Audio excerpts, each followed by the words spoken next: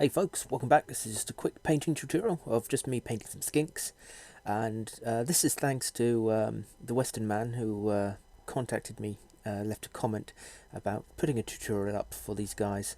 So I thought I would. In fact, I actually thought I'd already done one.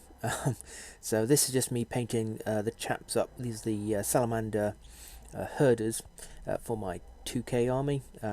If you see in that battle report, they weren't based, but they are all based and finished off now. It just took me a little longer than expected. So I do get to them eventually. It just takes me a while to get to these videos. Alright, let's start with it.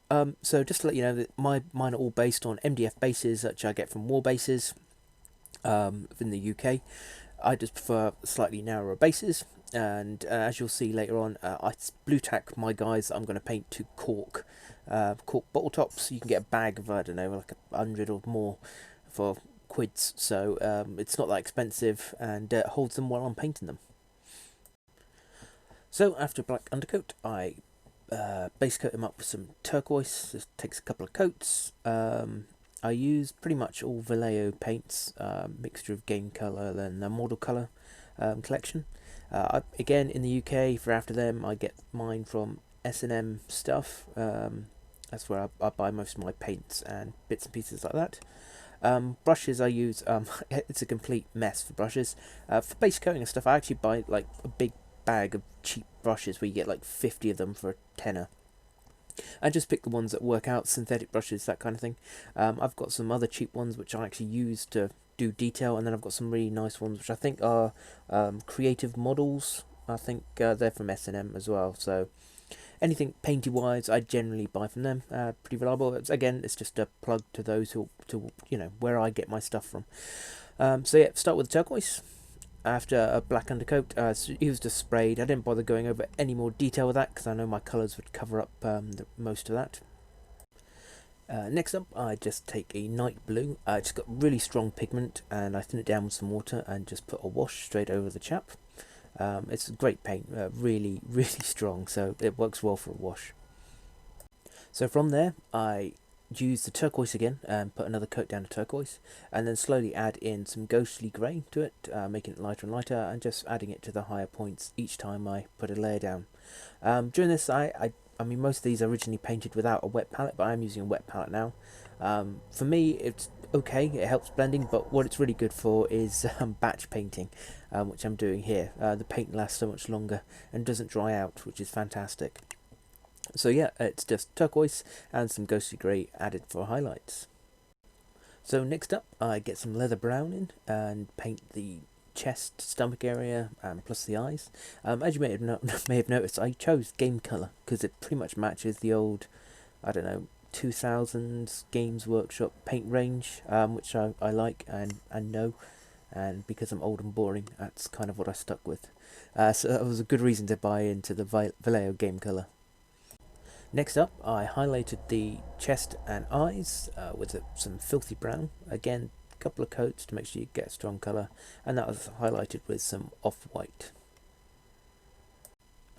After putting a little bit of black in for the eye, it's then charred brown on most of the rest of it. It's like the satchels, any of the ropey bits, the wooden shafts, that's all done in charred brown. Then with all the leatherwork, satchels, scabbards, anything like that, it's a coat of dark flesh, and then that is highlighted up by adding small amounts of ghost grey. So next up, I got the shafts of the spears done. This is done with earth, and again mixed with ghost grey to highlight up. What I normally do is make a good earth base coat, do a slightly highlighted one, and then much brighter one which I just mark lines on just to give a bit of a wood grain effect onto the shafts and that. So next up is the red sections. I've done some of the little loincloths red on some of them and some of their frills red, and use the same technique. So it's just a gory red base coat, highlighted with blood red, and then just an edge highlight of blood red with off-white. I'll try not to do too much of that, otherwise it tends to turn it a bit pink. After that, I do the green frill, and again I do the same with the green loincloths as well.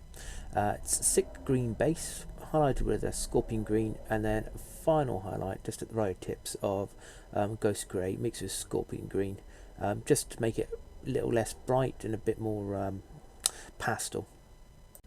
And we're nearly there now. So this is just doing the ropes and bindings and the little loincloth strap. It's just basically desert yellow and then highlighted up with bone white. And as I do the bone white on the ropes and that, I just dab little dots just to give a more hemp-like rope effect. And then also do the claws and teeth the same way, but with the claws and teeth I also finish it off with the off-white just to make it pretty bright. Then finally I finish off with the metallics, so it's bright bronze on all the metal parts, spearheads, sword handle, hilt, and any bracelets and trinkets they're carrying. And that's then given a thin down wash of sepia ink over the top of it. Make sure it is washed thin down, because these aren't washes, these are inks I tend to use. They last a bit longer and I can change the kind of density on how thick they are. So you need a thin one just to wash over, and then just pick out a bit of a highlight using chainmail silver, so it's not too bright and gives more of an aged look to them. So that's it. I just have to base them up then. For my basing technique, I just use a filler, cover it and then paint it brown, black the edges, black underneath, then seal it all in with PVA because I use MDF bases, and then just flock the tops with a bit of extra scenery pieces on it. And I say paint the Kroxigors the same way, paint my heroes the same way, and all my aquatics bar the salamanders themselves end up with this blue treatment in my Lisbon army. Just makes them different and stand out from the Saurus. And these guys have just been based. I haven't brushed off any of the extra flock yet, so at least they're all done now, and I'm ready for my 2,500 point list. Then I'll be adding that, probably more Skinks. I enjoy painting these guys. Alright chaps, I'll see you on the next one. Followers.